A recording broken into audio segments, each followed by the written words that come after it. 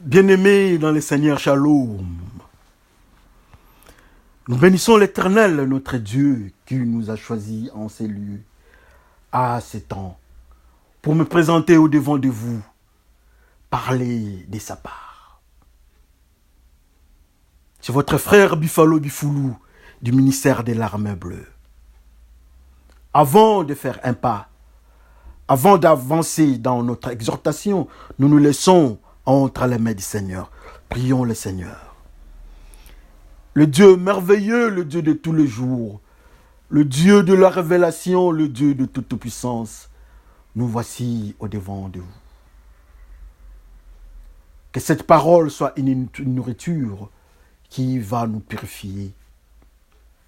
Que cette parole soit vie en nous, pour que la mort qui est nôtre nous quitte et que Jésus-Christ, qui est la vie, qui est la parole de Dieu, habite en nous afin que nous soyons le temple du Saint-Esprit. Que tout celui qui va suivre et écouter cette parole soit sous l'onction et la conduite du Saint-Esprit. Béni soit ton nom, Seigneur, dans cette exhortation. Père, par le nom de notre Seigneur Jésus-Christ, nous te glorifions. Nous disons Amen. Frères et sœurs, nous bénissons l'Éternel, notre Dieu, pour ce temps merveilleux qu'il nous a donné. Alors aujourd'hui, nous avons 4 petits textes. Dans les 4 petits textes que nous avons, avant même de donner l'intitulé, je préfère qu'on commence avec la lecture de nos textes. Pour les 4 premiers petits textes que nous avons, le premier, c'est dans le deuxième livre de Samuel, à son 11e chapitre, du 2e jusqu'au 5e. Un soir, David se leva de sa couche, et comme il se promenait sur le toit de la maison royale, il aperçut de là une femme qui se baignait, et qui était très belle de figure. David demandait qui était cette femme, et on lui dit, n'est-ce pas Béchaba, fille d'Eliam, femme d'Uri les Hittien? Et David envoya des gens pour la chercher. Elle vint vers lui. Il coucha avec elle. Après s'être purifiée de sa sueur, elle retourna dans sa maison.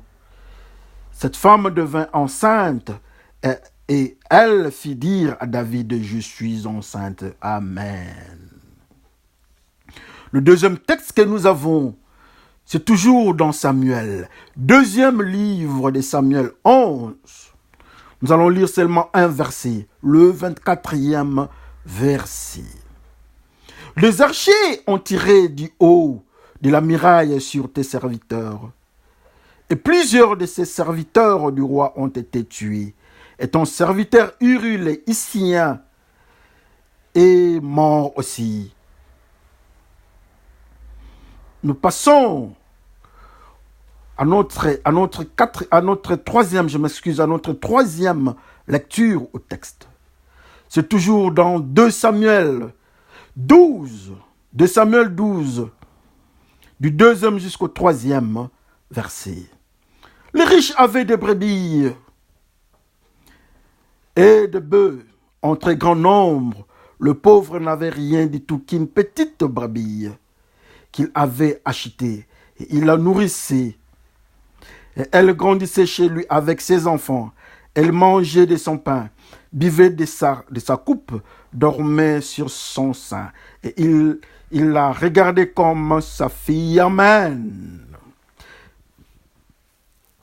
Alors, notre dernier texte, c'est dans Luc,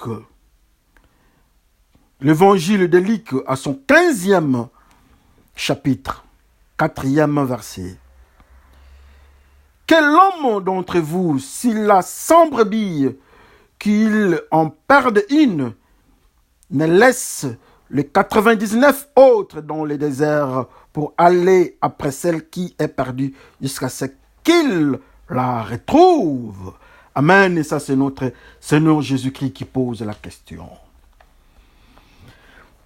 Bien-aimés dans le Seigneur, nous bénissons l'Éternel pour nos 4 petits textes. Comme je vous ai dit, c'est votre ami, c'est votre frère, Bifalo Bifoulou du ministère de l'Armée Bleue. Aujourd'hui, j'ai eu un contact, même 2 contacts avec nos frères que j'avais perdu de contact depuis longtemps. Je bénis l'Éternel de le retrouver, que Dieu soit loué. Il y a le pasteur Jean-Pierre Kitambala, qui est en France. Et il y a aussi le frère Guillaume Kilissi, qui est à Lubumbashi, en République démocratique du Congo. À Likasi, pas précisément, pas à Lubumbashi, mais précisément à Likasi, dans le Haut-Katanga. Ça me fait du bien de retrouver mes frères. Vous savez, c'est bon, c'est intéressant que les enfants de Dieu soient en contact pour se soutenir. Que Dieu soit loué et qu'il bénisse ces 2 frères.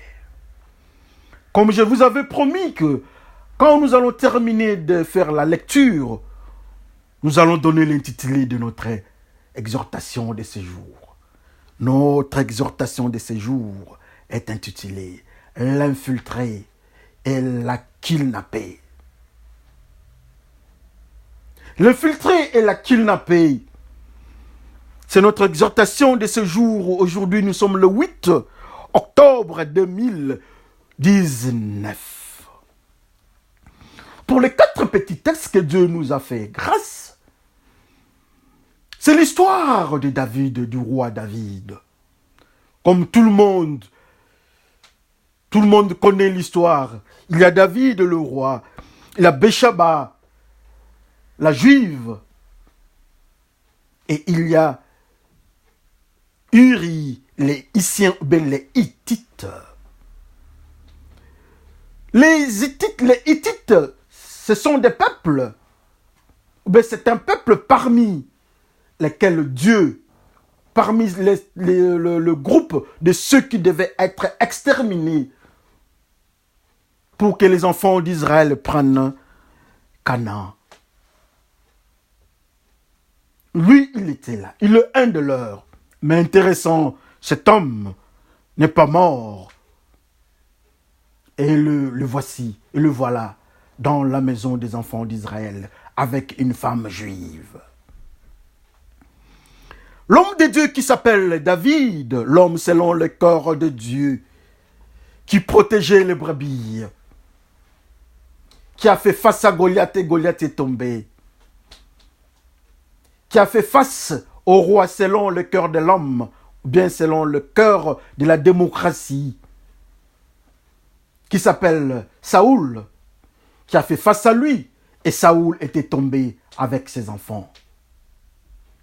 Voilà cet homme de Dieu qui est le roi d'Israël. Cet homme de Dieu qui se promenait, qui était libre, sur la toiture, sur le toit de sa maison, ou bien du palais royal, en faisant de tour, il a constaté quelque chose.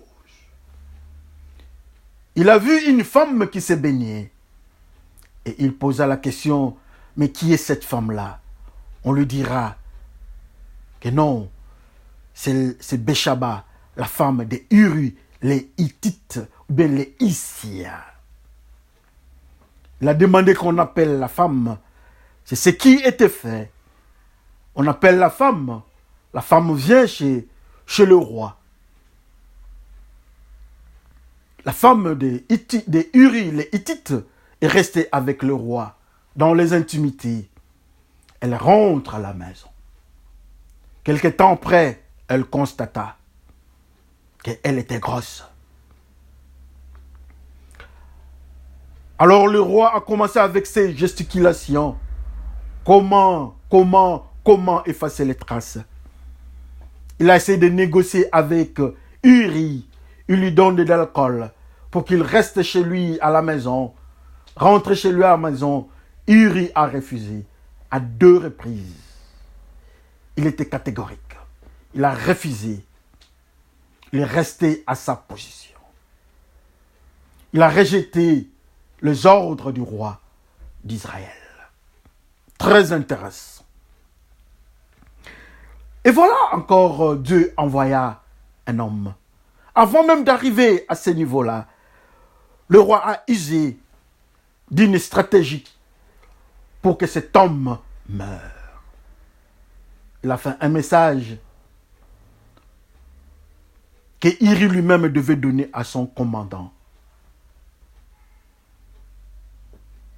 À Joab, il fallait donner les documents à Joab, la lettre.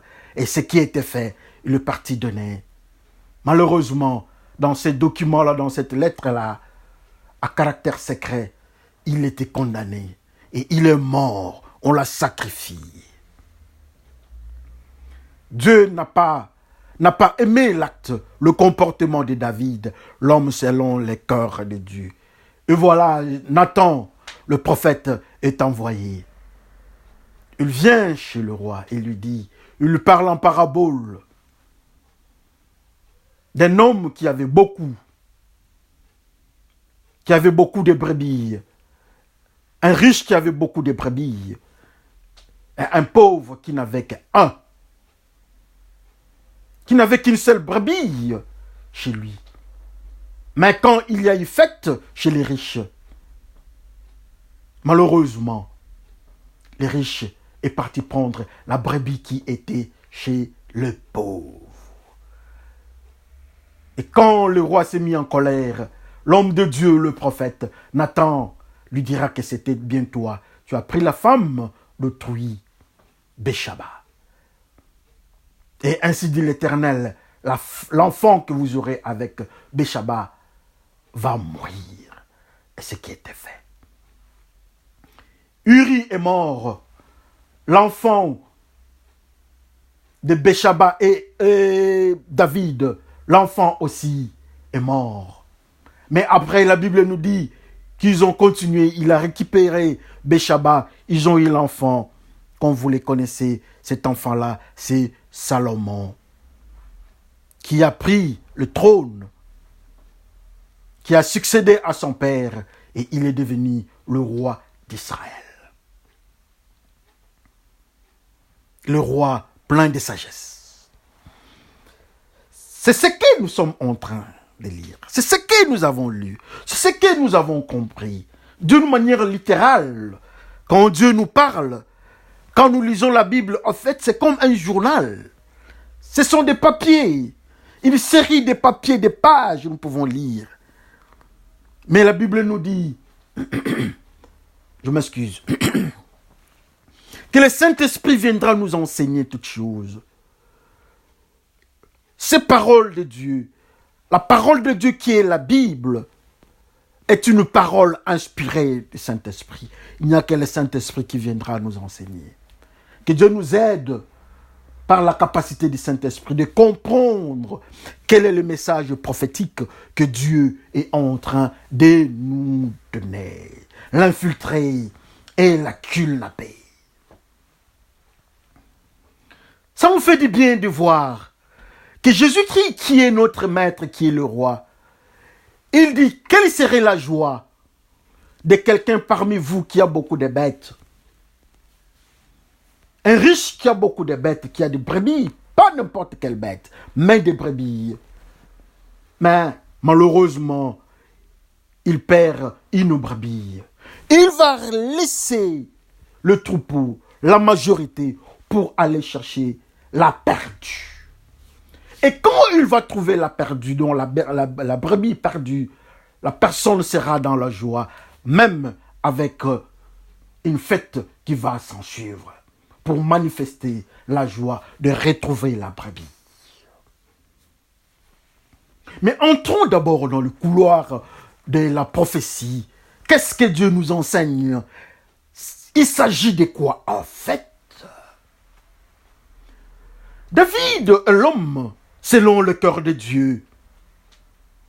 David prend la place de Saoul, l'homme selon le cœur des humains. Il constate que dans le mystère de Dieu, qui représente lui-même Jésus-Christ David, il constate dans le mystère de Dieu, dans le peuple, dans les quatre coins du monde, il y avait le peuple Mais il choisit, Dieu choisit le peuple israélien. En choisissant ces peuples, il prend le peuple, il dit, ça c'est mon peuple à moi. Je mets le peuple à côté. Ça c'est l'église, je mets l'église à côté. Mais là où je dois envoyer l'église, là où mon peuple doit partir, il y a un groupe d'incirconcis. Il y a un groupe de rebelles qui ne doit pas être en contact avec mon peuple. Malheureusement, il y a eu infiltration, comme nous avons intitulé notre exhortation. Un des infiltrés, c'est Uri, qui entre sur le mystère, mais dans le mystère de Dieu, dans le plan de Dieu. Uri ne pouvait pas toucher à une femme juive, parce que Uri, au devant de Dieu, il représentait une impureté. Il représentait une malédiction, une souillure. Normalement, il devait mourir dans le plan de Dieu. Il fallait nettoyer ces peuples-là. Et là, ce voilà, Uri va prendre une juive. Qui est Uri, l'Hittite? Qui est Uri, le Hissien? En fait, qu'est-ce qu'il représente? Quand nous regardons en tant qu'humains, nous voyons Uri, un homme, un soldat israélien. Mais dans le principe de Dieu, quand Dieu le voyait, il était mort. Il s'appelait la mort. Parce que Dieu avait déjà signé son arrêt de mort avec son peuple, les Hissiens. Dieu avait signé, le peuple n'existait pas. Comme son nom était la mort, assurément il était une malédiction et il était une impureté. Mais qu'est-ce qui est arrivé pour que ce peuple, pour que cet homme arrive à prendre la servante de Dieu, une fille juive, une femme juive qui au devant de Dieu représente l'Église, représente la pureté. Mais voilà cet homme qui devait mourir, voilà ce principe de la mort, prend ce qui est pur. Nous avons dit que le mystère de David représentait Jésus-Christ. Nous avons dit que David, je m'excuse, était l'homme selon le cœur de Dieu, qui est venu récupérer le peuple de Dieu. Mais quand il regarde, il constate un mystère. Il y a infiltration. Il y a une prise. Il y a un loup qui est entré, qui prend la femme, qui prend une juive, qui prend l'église. Nous avons dit que la juive représente l'église et l'église que nous sommes nous autres. Nous avons dit que Béchaba représentait la femme. Nous avons dit que Uri, les Hissiens, représentaient la mort ou encore représentaient les diables. Et voilà encore très loin, Jésus-Christ est représenté par David. 3 acteurs. Jésus-Christ constate un phénomène. Il regarde de l'autre côté. Il voit le peuple.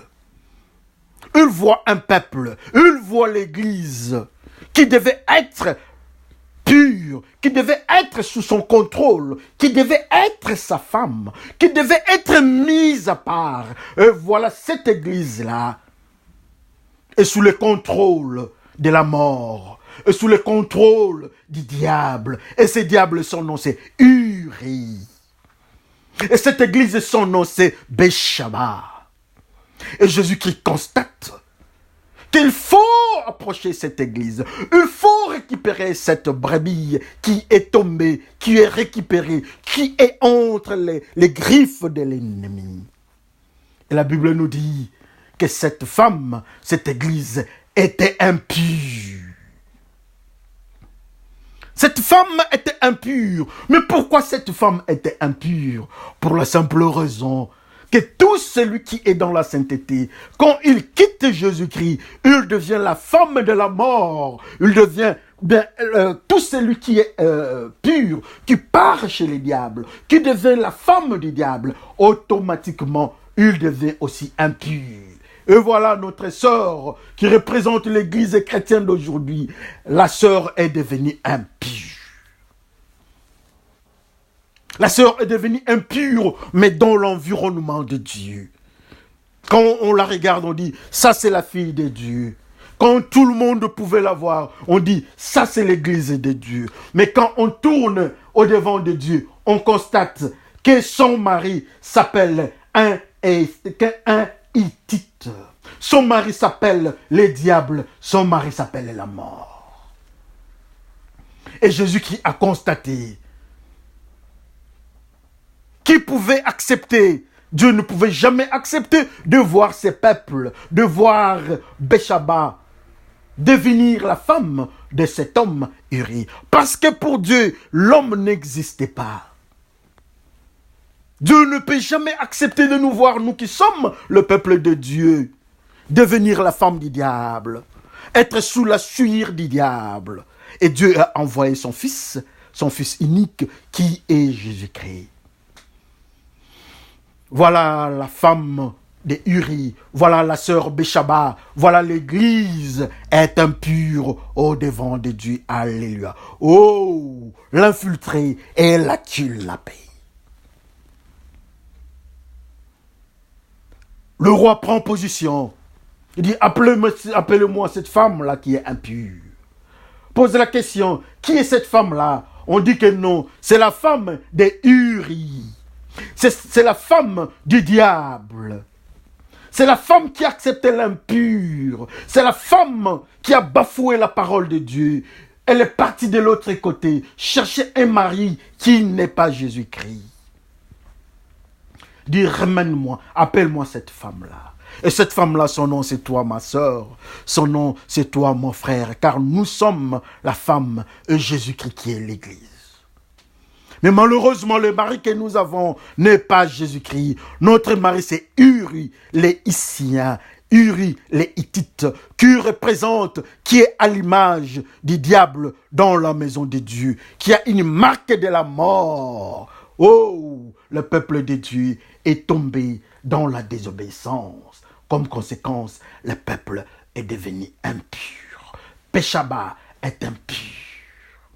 Si Béchaba était impur dans la maison de Uri, les Hissiens, alors nous autres, m'excuse. Si Béchaba, qui est la femme de Uri, a désobéi à Dieu, elle est devenue impure, alors nous autres, quand nous désobéissons à Dieu, sommes-nous purs? Nous restons purs ou bien nous devenons impurs comme Béchaba? Elle est partie chercher un autre mari qui n'était pas dans la lignée de Dieu, qui n'était pas dans le plan de Dieu. Elle est devenue impure. Alors nous autres, dans le monde spirituel, quel est notre mari? Nous sommes l'Église dans tout ce que nous faisons. Est-ce que nous sommes dans la désobéissance ou bien nous sommes dans l'obéissance? C'est à nous de voir, c'est à nous de comprendre à quel coin du monde spirituel nous nous retrouvons. Mais Dieu dit qu'on ne touche pas aux Hittites, qu'on ne touche pas à ces peuples cananéens. Même Abraham a refusé pour Isaac qu'on trouve une femme en dehors des Cananéens pour son fils Isaac. Mais voilà, Béchaba, pour elle, ce n'est pas un problème, elle désobéit. L'homme de Dieu, le serviteur de Dieu, le roi d'Israël, constata, elle dit, appelez-moi Béchaba. Je veux récupérer Béchaba. Je veux récupérer la maison de Dieu. Je veux récupérer le peuple de Dieu.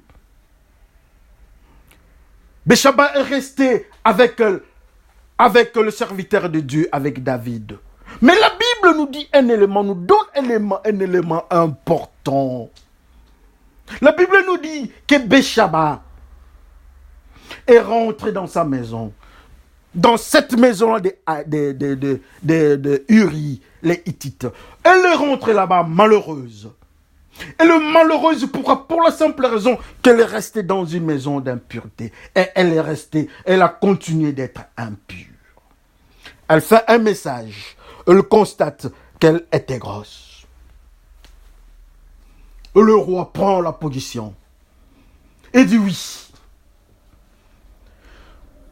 Voilà cette femme, voilà cette juive, cette servante de Dieu qui est dans la maison de Uri. Elle est grosse, elle est enceinte, mais dans la maison de Uri. Qu'est-ce qu'il faut faire? Il faut maintenant que Uri, il faudra qu'au devant des humains, qu'on marque, qu'on donne la marque spirituelle de Uri, que tout le monde sache qui est Uri.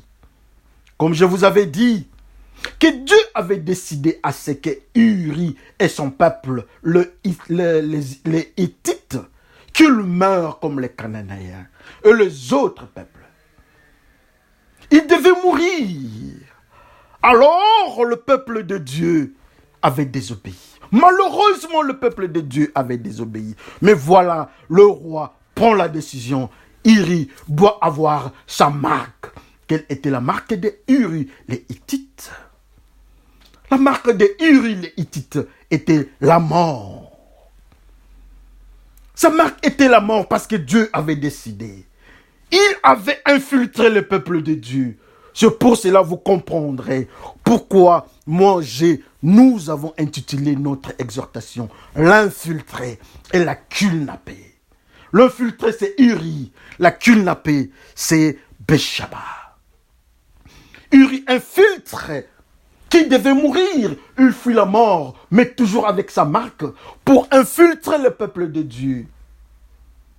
Il prend la juive. Mais l'homme de Dieu qui a compris les messages, qui a compris les secrets, il fallait que tout le monde voie la marque spirituelle de Uri les Hissiens. Uri est tombé, il est mort.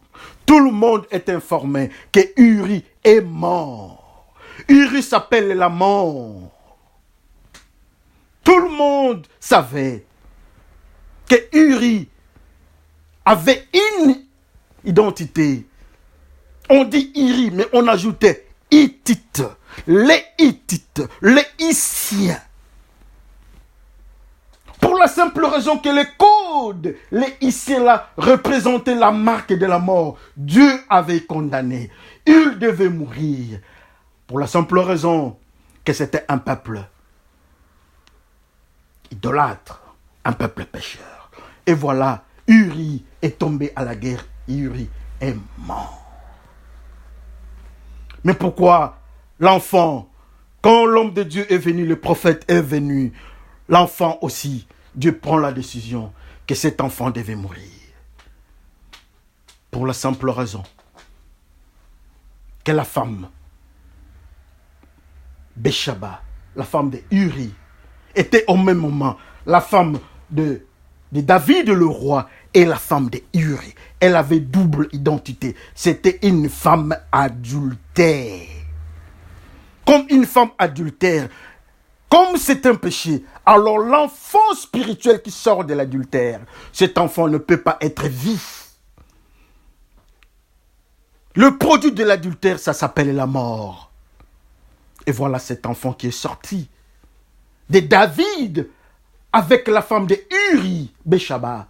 Cet enfant-là est tombé, l'enfant est mort. C'est ce que nous sommes en train de vivre aujourd'hui. C'est ce que nous sommes en train de faire aujourd'hui. La manière dont nous sommes en train de nous comporter. Quand nous partons le matin à l'église, à 7h30, nous sommes à l'église jusqu'à 9h. Quand nous sortons à 9h02, nous rentrons dans la maison de Uri les Hittites. Nous avons la sémence de Jésus-Christ en nous, nous qui sommes Béchaba. Nous sortons de la maison de Jésus-Christ avec la sémence de Jésus-Christ, mais nous rentrons dans la maison de Uri les Hittites.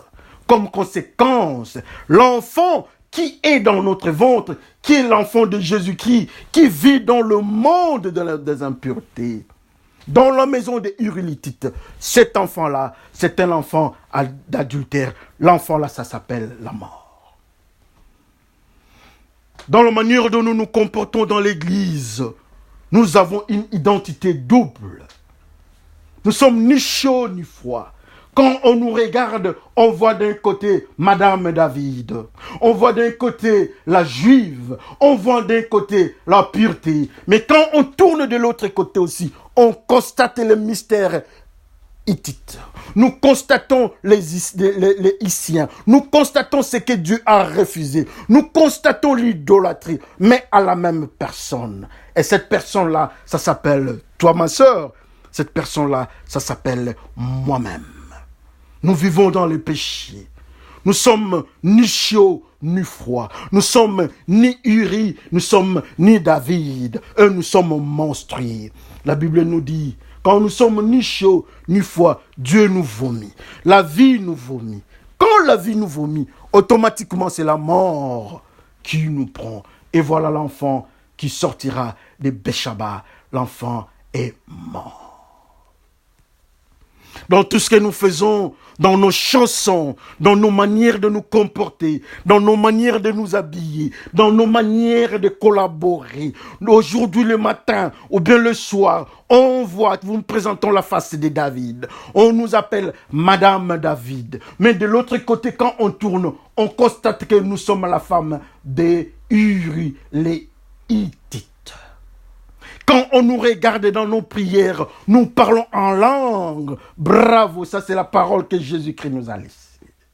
Quand on nous voit, nous chantons dans la maison de Dieu. Bravo, ça c'est ce que Jésus-Christ nous a donné. On nous appelle Madame David, l'église de Dieu. On nous appelle les chrétiens. Mais quand nous tournons de l'autre côté, on constate aussi que nous avons un autre mari qui s'appelle Uri. À cause de nos comportements, à cause de nos manières, nous sommes la femme du diable. Nous sommes dans le mensonge, nous sommes dans les avortements, nous sommes dans des crimes racistes, nous sommes dans la corruption, nous sommes dans la fraude, nous sommes dans la magie. Bref, nous sommes en connexion avec l'impur, nous sommes en connexion avec la mort. Alors tout ce qui sortira de chez nous, tout ce qui sortira de nous-mêmes, ça s'appelle le bébé de Béchaba qui est mort. Et voilà, le petit bébé est mort. Le petit bébé est mort parce que l'environnement qu'il évolue spirituellement est un environnement monstrueux à des têtes. Un mélange de Uri et de l'autre côté David. Un mélange de Jésus-Christ et de l'autre côté il y a les diables. Un mélange de la pureté et de l'autre côté il y a impureté. Un mélange du mensonge et de la vérité. Un mélange de l'amour et de la haine. Un mélange du pardon et de la méchanceté. Un mélange de fruits du Saint-Esprit et de fruits du cœur de l'homme dans une même personne. Et cette personne-là, nous l'appelons dans le monde spirituel Béchaba. Es-tu Béchaba, mon frère? Ou bien, ma soeur, es-tu Béchaba? Que chacun regarde sa vie. Que chacun regarde sa vie. Voilà cette femme qui est devenue la femme de David, qui est en contact avec David, qui a un bébé avec David. Mais quand on regarde le bébé, on trouve que le bébé est mort. Le bébé n'est pas vie. David est vie. L'homme selon le cœur de Dieu, le bon berger. Mais comment son enfant doit être mort? Comment son enfant a la marque des Hittites? Comment le bébé qui vient de David et Béchaba a la marque des Hittites? Le bébé est mort. Uri est mort. Mais David est en vie. Quand on nous regarde dans nos comportements, on constate que nous avons la Bible en main. On constate que nous chantons, mais au même moment, nous sommes des voleurs. C'est le bébé mort. On constate que nous sommes dans le mensonge. Ça, c'est le bébé mort. On constate dans l'église qu'il y a le tribalisme. Ça, c'est le bébé mort. On constate dans l'église de Dieu, il y a la haine. Ça, c'est le bébé mort. Dans la maison de Dieu. Oh, la kidnappée. La kidnappée Béchaba a deux maris. Il y a David et il y a Uri. Il y a David, le roi d'Israël. Et il y a aussi Uri, qui est un infiltré. C'est à nous de choisir, de regarder, nous voulons aller de quel côté. Mais le roi a montré sa bonne volonté de prendre Béchaba. Le roi qui est Jésus-Christ a la bonne volonté, tend la main vers nous pour nous récupérer, nous qui sommes à Béchaba, nous qui sommes impurs, nous qui sommes des juifs, nous qui sommes la femme juive, mais qui ont accepté. Nous qui sommes le peuple de Dieu, qui avons accepté la méchanceté. Jésus-Christ tend la main aujourd'hui. Il nous cherche, il veut nous récupérer dans le monde qui s'appelle Uri. Dans des civilisations qui s'appellent Uri, dans des cultes qui s'appellent Uri. Il y a la rose, je crois, qui est Uri. Il y a la Maïkari qui est Uri. Il y a les Illuminati. Il y a tout ce que vous connaissez comme magie, comme sorcellerie. Tout cela, ça s'appelle Uri. Et Jésus-Christ tend la main. Il veut nous récupérer de ce monde-là parce que nous sommes Béchaba, entre les griffes des Uri, les Hittites. Qui est le représentant, qui est la marque du diable, qui infiltre l'église et qui prend l'église en otage, qui kidnappe l'église. Et voilà, Jésus-Christ qui est mort à la croix pour nous, vient aujourd'hui, il tend la main. Il tend la main, mon frère, ma soeur, car nous sommes de Béchaba. Jésus-Christ frappe à ton cœur, il frappe à mon cœur, parce que nous sommes de Béchaba. Le prophète Nathan dit, voilà cet homme, le riche qui a beaucoup de moutons. Riche qui a beaucoup de moutons, mais il laisse ces moutons, il va récupérer le mouton qui est de l'autre côté. Il va récupérer la brebis qui est de l'autre côté. Et Jésus-Christ lui-même dit, dans Luc, dans l'évangile de Luc que nous avons lu. Je m'excuse. Jésus-Christ dit lui-même, dit, quelle joie pour ces bergers. Quelle joie pour ces bergers qui récupèrent une brebis qui était récupérée. C'est une joie, c'est une fête. Et cette brebis-là, que Jésus-Christ parle, cette brebis-là, ça s'appelle Béchaba. Voilà, Uri est tombé. Voilà, Uri n'est plus dans le mystère de Béchaba. Béchaba est resté libre. La Bible nous dit, quand le mari meurt, la femme qui reste, elle est libre. Nous connaîtrons la vérité nous affranchira. Ça va nous rendre libres. Voilà cette femme qui s'appelle Béchaba, qui s'appelle l'Église, connaît maintenant la vérité. Il connaît le roi David. C'est lui la vérité. Il est à l'image de Jésus-Christ. Et Jésus-Christ tend la main. David tend la main à Béchaba. Et Béchaba a accepté la main de David. Elle a accepté la main de David. Elle quitte la maison de l'autre. Elle quitte la maison de celui que nous appelons la mort. Elle quitte la maison de l'idolâtrie. Elle quitte la maison de la méchanceté. Cette femme devient la femme de Jésus-Christ. Comme conséquence, elle est grosse. Elle donne naissance à un enfant que nous appelons Salomon. Salomon est l'homme qui représente la sagesse. Il est sage. N'est-ce pas la sagesse? C'est le fruit du Saint-Esprit. Quand on regardait Salomon, au lieu de trouver la mort, il n'y en a plus dans sa mère. Sa mère n'est plus une adultère. Sa mère a un mari qui s'appelle Jésus-Christ, la vérité. Le papa de Salomon s'appelle David, l'homme selon le cœur de Dieu, ou bien Jésus-Christ, le bon berger. Comme conséquence, Béchaba plus David, il donne naissance au fruit du Saint-Esprit qui s'appelle Salomon le sage. La sagesse, le fruit du Saint-Esprit. Le fruit du Saint-Esprit, il y a, quand vous regardez dans le livre d'Éphésiens, on nous parle de fruit du Saint-Esprit, la bonté, l'amour, la tempérance. La douceur est haute. C'est ce que nous avons besoin pour les enfants de Dieu. Quand nous sommes en contact avec Jésus-Christ, quand nous, Béchaba, nous sommes en contact avec le roi David, quand nous sommes en contact, nous ne donnons plus un bébé mort, mais nous donnons un bébé qui s'appelle Salomon, un bébé sage, un bébé bonté, un bébé douceur, un bébé tempérance, un bébé patience, un bébé amour, un bébé justice, un bébé dans la pureté. Oh, la femme qui était autrefois kidnappée a retrouvé les maris. Et quand elle a retrouvé les maris, qui est Jésus-Christ, et tout a changé dans sa vie. Jésus-Christ nous cherche. Jésus-Christ nous cherche.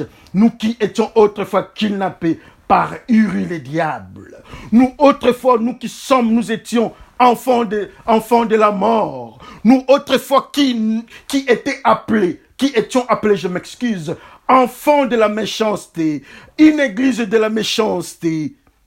Mais aujourd'hui, Jésus-Christ est là. Là, c'est notre passé. Là, c'était Béchaba, la femme de Uri. C'est le passé. Quand nous avons eu des enfants qui s'appelaient la mort, ça, c'est le passé. Mais maintenant, aujourd'hui, Jésus-Christ est en train de chercher Béchaba que tu es.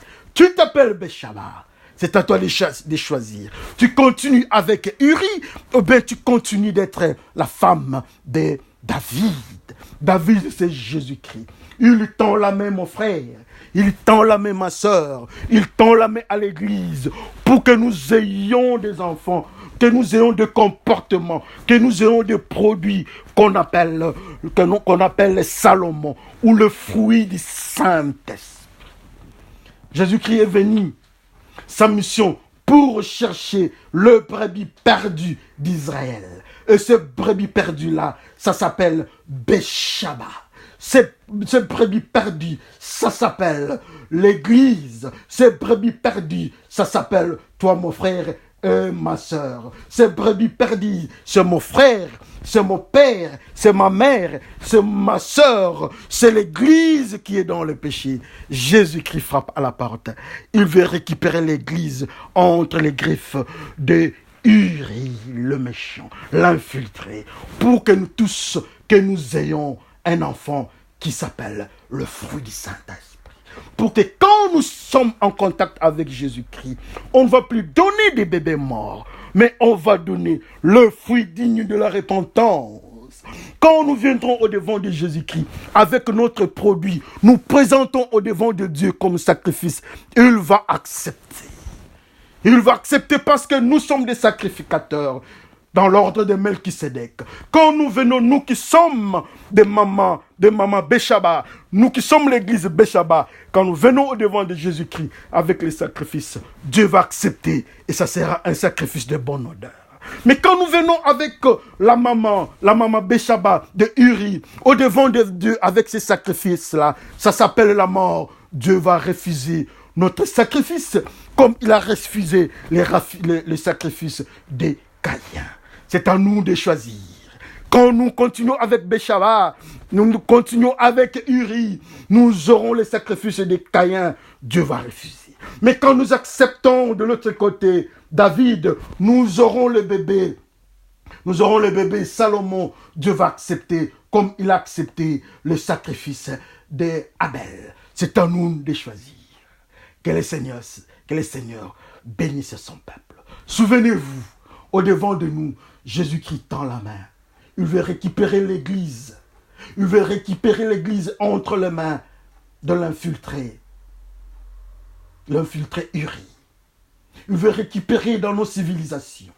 Il veut nous récupérer dans nos comportements. Il veut nous récupérer dans nos mutuelles, dans nos mutualités. Il veut nous récupérer dans nos coutumes. Il veut nous récupérer partout là où nous sommes. Il veut nous récupérer pour que nous soyons sa femme et donner à la fin l'enfant rempli de sagesse qui s'appelle Salomon. Que mon Seigneur vous bénisse.